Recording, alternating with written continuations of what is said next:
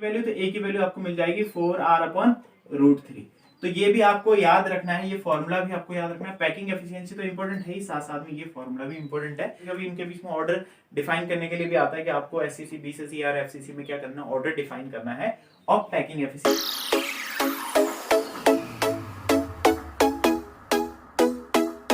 So hello and welcome guys to Chem class, and we are starting the fourth part of first chapter of your physical chemistry, that is solid state. Another three part of the lecture or the lesson are also uploaded on YouTube, so you can just go through and watch them. Links are in the description as usual. So in this class we will discuss about the packing fraction. So packing fraction हम लोग यहाँ पे discuss करने वाले हैं, या हम इसको कभी कभी क्या कहते हैं बच्चे, इसको हम कहते हैं पैकिंग एफिशिएंसी। क्या कहते हैं इसको? Packing efficiency. ठीक है, तो पैकिंग एफिशिएंसी का मतलब है कि किसी यूनिट सेल में कितना स्पेस ऑक्युपाई कर रखा है एटम से, या जितने उसके अंदर पार्टिकल्स हैं। तो पैकिंग एफिशिएंसी के लिए एक हमारे पास फॉर्मूला होता है बच्चे, फॉर्मूला होता है Z into volume of one atom, volume of one atom over volume of unit cell, volume of unit cell. तो बच्चे ये चीज हमको याद रखनी है throughout the packing efficiency. Z यहां पर रिप्रेजेंट कर रहा है, Z यहां पर क्या रिप्रेजेंट करेगा? Z is representing number of particles, number of particles in a unit cell. इसको हमने पहले भी डिस्कस करा था, है ना, इन अ यूनिट सेल। किसी यूनिट सेल में कितने पार्टिकल्स हैं, इसको रिप्रेजेंट कर रहा है हमारा Z। ठीक है, तो पैकिंग एफिशिएंसी पे बात करेंगे, और सबसे पहले हम बात करेंगे पहला वाला, जिसे हम लोग कहते हैं simple cubic cell. Simple cubic cell, तो भाई सिंपल क्यूबिक सेल को हम बोलते हैं शॉर्ट में एससीसी भी बोलते हैं। अब एससीसी बोलते हैं हम इसको, तो इसका देखते हो, पहले फिगर देख लेते हैं हम लोग, स्ट्रक्चर कैसे होता है।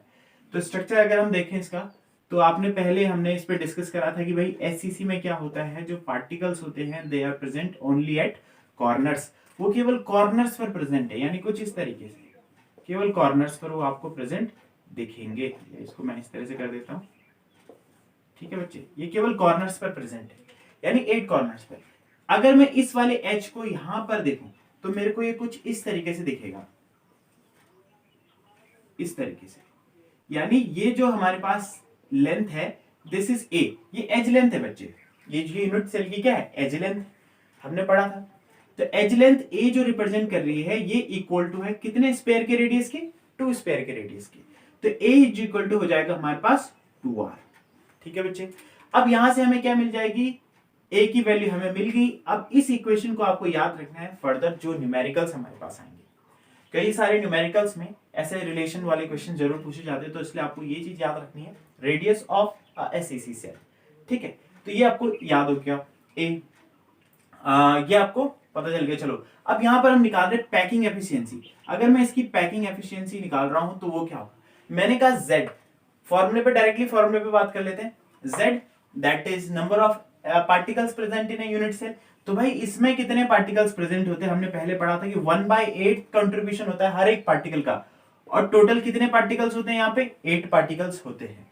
तो टोटल क्या कितना हो गया बच्चे? 1 एटम, यानी एससीसी में Z की वैल्यू क्या होगी बच्चे? 1 होगी। तो मैं इसको डायरेक्टली फॉर्मूले में अगर पुट करूंगा 1 इंटू आगे वॉल्यूम ऑफ 1 एटम। भाई 1 एटम को हम कैसे कंसीडर कर रहे हैं? 1 एटम क्या है बच्चे? स्फेरिकल शेप का होता है। तो स्फेयर का वॉल्यूम का फॉर्मूला आपको याद लगाना है 4/3 pi r cube upon volume of unit cell. क्योंकि यूनिट सेल कैसी हमारी? क्यूबिक यूनिट सेल है, तो यहां पर इसका वॉल्यूम कैसे निकलेगा? ए क्यूब से वॉल्यूम से निकल जाएगा। ठीक है, अब आप पीई निकाल लीजिए।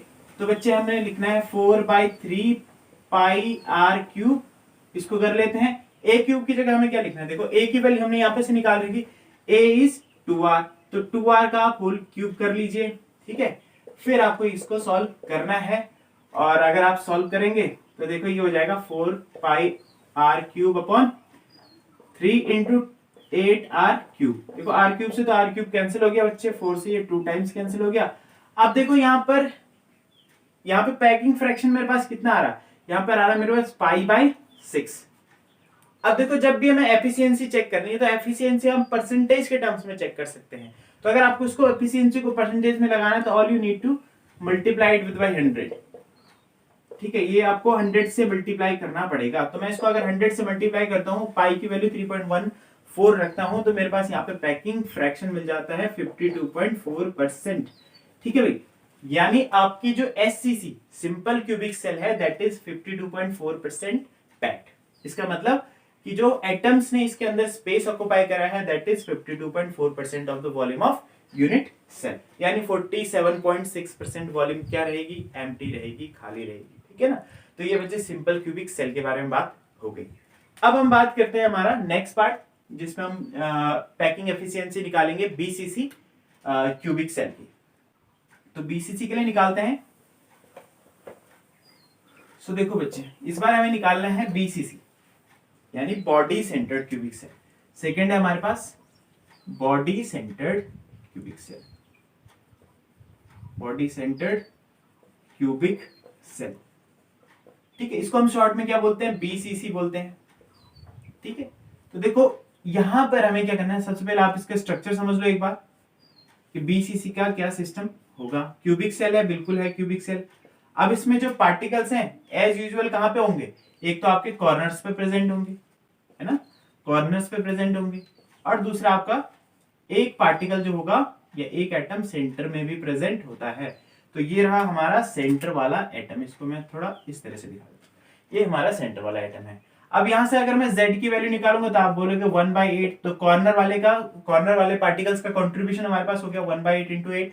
ठीक है, प्लस आपके एक एटम बाद में है तो z की वैल्यू यहाँ हो जाती है बेटा 2। तो आपको याद रखना है, z की वैल्यू आपको 2 मिल गई। अब देखो मुझे नियरेस्ट एटम ढूंढना है इसका, नियरेस्ट एटम। तो नियरेस्ट एटम ये है, तो नियरेस्ट एटम के बीच की मुझे रेडियस चाहिए, तो मुझे निकालूंगा ये मैं डायगोनल निकाल रहा हूँ। यहाँ पे डायगोनल कौन सी लूंगा बच्चे, मैं 3 डायमेंशनल डायगोनल लूंगा। और क्यूब में अगर मैं कोई डायगोनल निकालता हूँ तो इसकी वैल्यू आती है मेरे पास कितना, चलो इसको देखते हैं। पहले आप ये देखो कि अगर मैं इस 3 डायमेंशनल डायगोनल या क्यूब के जो डायगोनल है उसको अगर इस तरीके से लेता हूं तो आपको यहाँ पर इस तरह से स्पेयर दिखेंगे, इस तरह से आपको यहाँ पर स्पेयर दिख जाएंगे। तो ये आपकी होगी बेटा डायगोनल।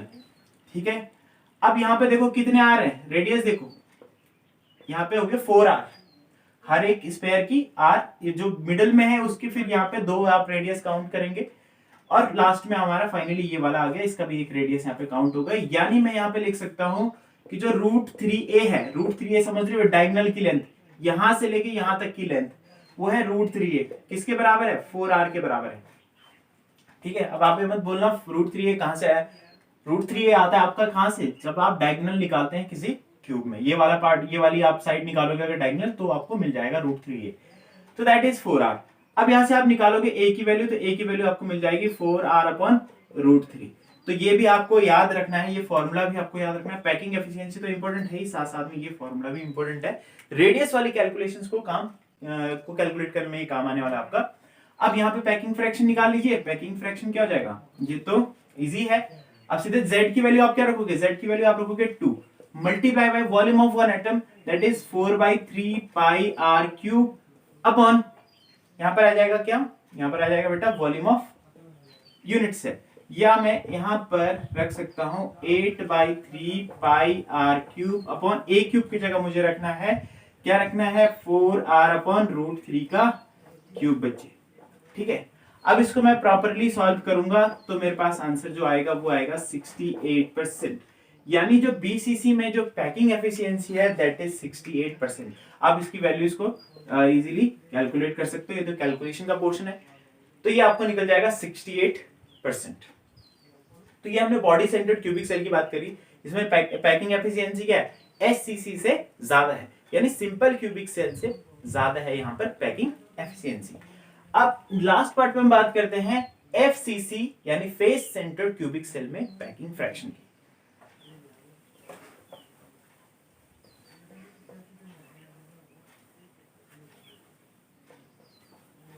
तो देखो बच्चे, एफसीसी में बात करते हैं, थर्ड पार्ट है हमारा, इसमें हमें बात करनी है face centred cubic cell, face centred cubic cell.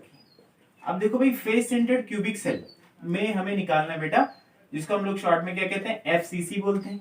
इसमें हमें निकालनी है कि पैकिंग फ्रैक्शन या फिर पैकिंग एफिशिएंसी कितनी होगी। सो फर्स्ट फिर से वही चीज, एफसीसी क्रिस्टल्स में क्या होता है या एफसीसी यूनिट सेल में क्या होता है बच्चे, पार्टिकल्स क्या होते हैं, कॉर्नर्स पर प्रेजेंट होते हैं, बिल्कुल होते हैं, ठीक है। और साथ साथ में हर एक फेस पर पार्टिकल्स आपको मिल जाएंगे, हर एक फेस पर पार्टिकल प्रेजेंट होंगे। यानी मैं एक सपोज ये वाला फेस लेके देख लेता हूँ एक बार, ये वाला फेस मुझे सिर्फ एक ही फेस लेना है, बाकी 5 फेसेस पे मैं पार्टिकल नहीं दिखा रहा हूँ। इस वाले फेस पे लेके देखता हूँ, फिर मुझे इसकी डायगोनल चाहिए। देखो 2 डायमेंशनल में डायगोनल मैं यहाँ पे ले रहा हूँ, और इस डायगोनल को मैं अगर यहाँ पे देखूं तो ये कुछ मेरे को इस तरह से दिखेगी। देखो एक स्पेयर इसकी हाफ रेडियस रहेगी यहाँ पे, दूसरा स्पेयर कंप्लीट रहेगा और तीसरा स्पेयर फिर से हाफ रहेगा, यानी आर आर आर, ये सेंटर है स्पेयर का, और ये यहाँ पे फिर से 4। अब देखो 2 डायमेंशनल डायगोनल, यानी मुझे नियरेस्ट एटम का डिस्टेंस निकालना था, तो मुझे ये वाला पार्ट लेना पड़ा। तो ये हो जाएगी बच्चे मेरे पास नियरेस्ट ये जो 2 डायमेंशनल डायगोनल होती है √2a, आप जानते हो भाई, एक फेस ले रहे हैं हम लोग, एक स्क्वायर में डायगोनल निकाल रहे हैं, दैट इज √2a। √2a किसके बराबर होगा, 4r के बराबर होगा। यहां से आपको a की वैल्यू मिल जाएगी, a विल बी 4r/√2। अगर ये आपको मिल गया 4r/√2, इसके बाद ऐसे चाहो तो आप रेशनलाइज कर सकते हो। तो अगर रेशनलाइज करना है तो आपको कुछ नहीं करना है, 4r इंटू √2, ऊपर भी √2 नीचे भी √2 से मल्टीप्लाई कर लीजिए, और ये आ जाएगा 4√2r/2। 2 से ये 2 कैंसिल हो जाएगा बच्चे, a की वैल्यू आ जाएगी आपके 2√2r। तो ये रेडियस का फॉर्मूला है, ये हमारे काम आने वाला है बाद में, जब भी हम कैलकुलेशन पोर्शन करेंगे वहां पे काम आने वाला है, ठीक है। अब यहाँ इसके लिए आप निकाल लीजिए पैकिंग एफिशिएंसी कितनी होगी। तो भाई z की जगह आप क्या रखेंगे, देखो फॉर्मूला में z आता है, z मतलब एफसीसी के लिए z की वैल्यू कितनी होती है, याद करना 4 होती है। अगर आपको नहीं याद तो आपको पिछले लेक्चर जरूर देखना, वहां पे हमने इसके बारे में डिस्कस करा है, 4 होती है। उसके बाद देखो volume of 1 unit cell that is 4/3 pi r cube upon volume of unit cell that is a cube. अब देखो यहाँ पर क्या करने वाले हम लोग, a की जगह हम रखने वाले हैं बच्चे 2√2r, a की जगह रखने वाले हैं 2√2r। अब इसको देखो 4 into 4/3 pi r cube upon a cube की जगह रख लीजिए बच्चा 2√2r, इसका भी आपको क्या करना है, क्यूब कर देना है, ठीक है। तो इसको मैं सॉल्व नहीं कर रहा हूँ, आप सीधे सीधे लिख लीजिए। यहाँ पर जो पैकिंग परसेंटेज आएगा, परसेंटेज निकालने के लिए आपको फिर से इसे 100 से मल्टीप्लाई करना पड़ेगा, तो आप 100 से कर दीजिए, तो आएगा बच्चे 74%, ठीक है। यानी FCC face centred cubic cell कितने परसेंट पैक्ड होती है, 74% पैक्ड होती है, क्योंकि r से r यहाँ पे कैंसिल हो गया, पाई की वैल्यू आप रख लीजिए, आपका आ जाएगा 74%। अब यहाँ पर एक चीज आपको ध्यान रखने वाली बात है कि एफसीसी या मैं अगर लिखूं एससीसी में सबसे कम पैकिंग फ्रैक्शन या सबसे कम एफिशिएंसी होती है 52.4% की। उसके बाद आता है बीसीसी, बीसीसी में हमने देखा 68% की पैकिंग एफिशिएंसी। कभी कभी इनके बीच में ऑर्डर डिफाइन करने के लिए भी आता है कि आपको एससीसी, बीसीसी और एफसीसी में क्या करना, ऑर्डर डिफाइन करना है ऑफ पैकिंग एफिशिएंसी। अगर मैं एफसीसी की यहाँ पे बात करता हूँ तो ये 74% होती है। यानी इनको देख के मैं 2 चीजें बता सकता हूँ बच्चे, जो आपका एससीसी वाला पोर्शन है ये है लीस्ट एफिशिएंट पैकिंग बोलते हैं इसको, और जो आपका एफसीसी है बच्चे ये है मोस्ट एफिशिएंट पैकिंग। आपको ध्यान रखना है एफसीसी होती है मोस्ट एफिशिएंट पैकिंग, ठीक है ना। यानी सबसे कम स्पेस जो एम्प्टी है वो किसमें है, सबसे कम स्पेस एम्प्टी है बेटा एफसीसी में, केवल 26% इसमें खाली है, अदरवाइज 74% इसके जो पार्टिकल्स हैं उन्होंने यूनिट सेल को ऑक्युपाई कर रखा है, ठीक है ना। तो